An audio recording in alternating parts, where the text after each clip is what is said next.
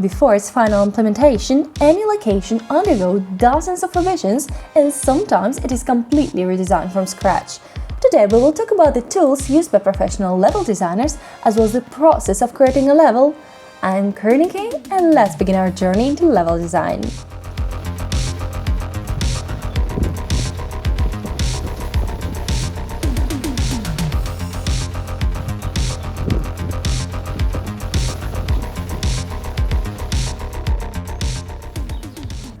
Let's start by looking at the tools used by level designers. In most cases, level creation begins with the development of the prototype, which is often hand-drawn on a paper. However, many locations do not go for this stage at all.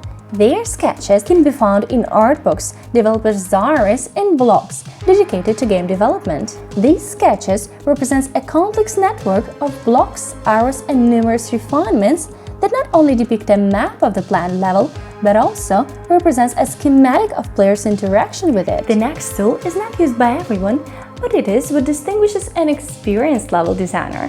The location creator, together with the game designer, establishes metrics. This is rules, templates, peculiar lines, everything that determines the level not by eye, but according to the predefined parameters. Metrics are always fixed values that determine anything and everything. For example, a width of the gap that can be jumped, a height of the cover, or the range of the bullet fired from a specific weapon. The dimensions with environmental elements are also cross-checked with metrics.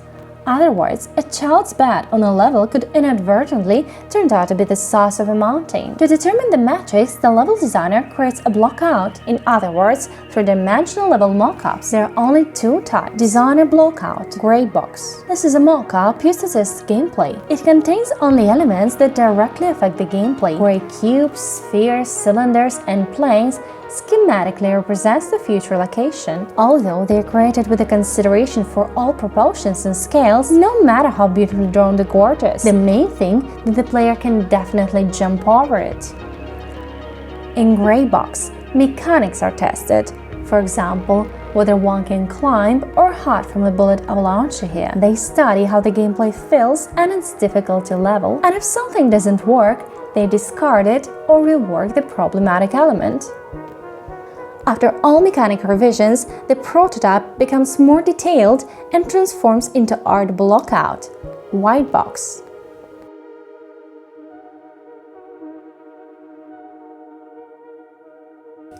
It is in this stage when artists work on the visual part of the level. In other words, they add color to the gray sketch and create a full-fledged models instead of shapes.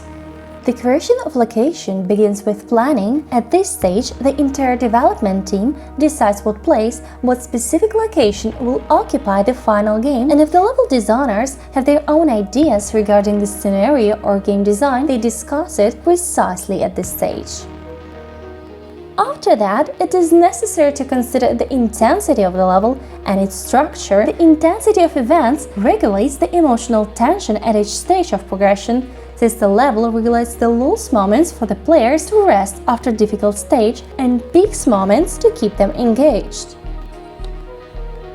Lulls. There are slow periods of the game where the player typically has moments of rest or lower intensity gameplay. Lulls serve important purposes such as allowing players to catch their breath, explore the environment, engage in more relaxed activities, or absorb story elements. They provide a contrast to the more intense moments and prevent the player of becoming fatigued. Peaks, or high-intensity moments, they are the fast periods characterized by the high stakes, increased challenges, or emotionally charged events.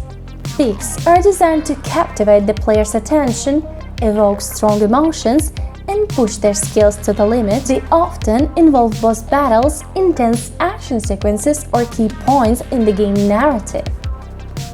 Balancing rules and peaks effectively is crucial in game design. To maintain the player's engagement and prevent monotony or overwhelm, it's the basics of player psychology. For each section of the level designers add something that affects the overall gaming experience. For example, all the surroundings in one location may be intentionally be rounded as if flowing, and the player will feel comfortable in this place. They will subconsciously sense that they can explore the location safely without risking being killed. On the contrary, the next section is filled with enemies and broken furniture is scattered everywhere.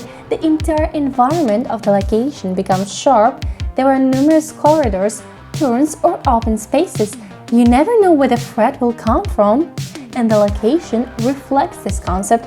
Its shape, its color, its lighting, its patterns, all the visual elements are designed precisely to achieve the specific result. Playing with such contrast and considering the player's emotional state during the level is an important part of level designer's work. Generally, there are three main types of levels: linear, cluster, and hub. Linear levels guide players along the predetermined path with a little deviation. Players progress through the level in the most straightforward manner, encountering obstacles and challenges in a sequential order. For example, linear levels: Uncharted 4, A Thief's End, Call of Duty, Modern Warfare, Half-Life 2. Cluster areas are designed with multiple interconnected areas or sections that players can explore in a non-linear fashion. Players have some freedom to choose their path and may need to revisit areas to progress. The cluster levels, for example, Metroid Prime, Dark Souls, and The Legend of Zelda: Breath of the Wild. Hub levels serve as central hubs or focal points for which players can access other layers or areas of the game world. They often contain portals, doors, or other mechanisms that lead to different parts of the game. The hub levels, as an example, Super Mario 64, Spyro the Dragon, Banjo-Kazooie.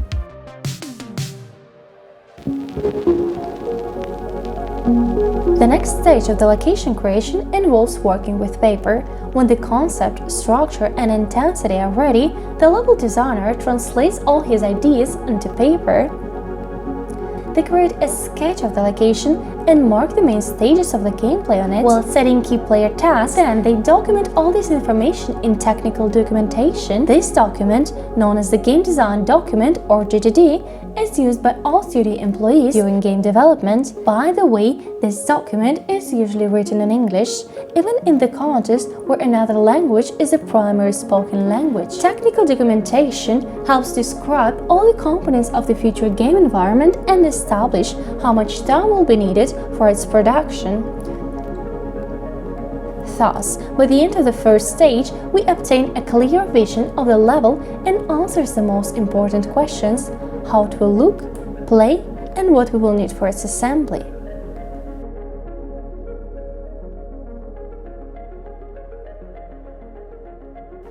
As I was scripting this video, I realized it might end up being excessively long.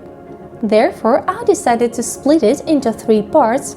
If you enjoyed the video, remember to like it and leave a comment answering the question which level from games has impressed you the most with its design. Proceed to the next parts of the video where I'll delve you into how level designers and game designers collaborate on crafting locations and levels in games, as well as I will tell you some tricks that level designers use to improve the game. It was Karina with you, wishing everyone to have a fantastic day and successful work endeavors. Bye!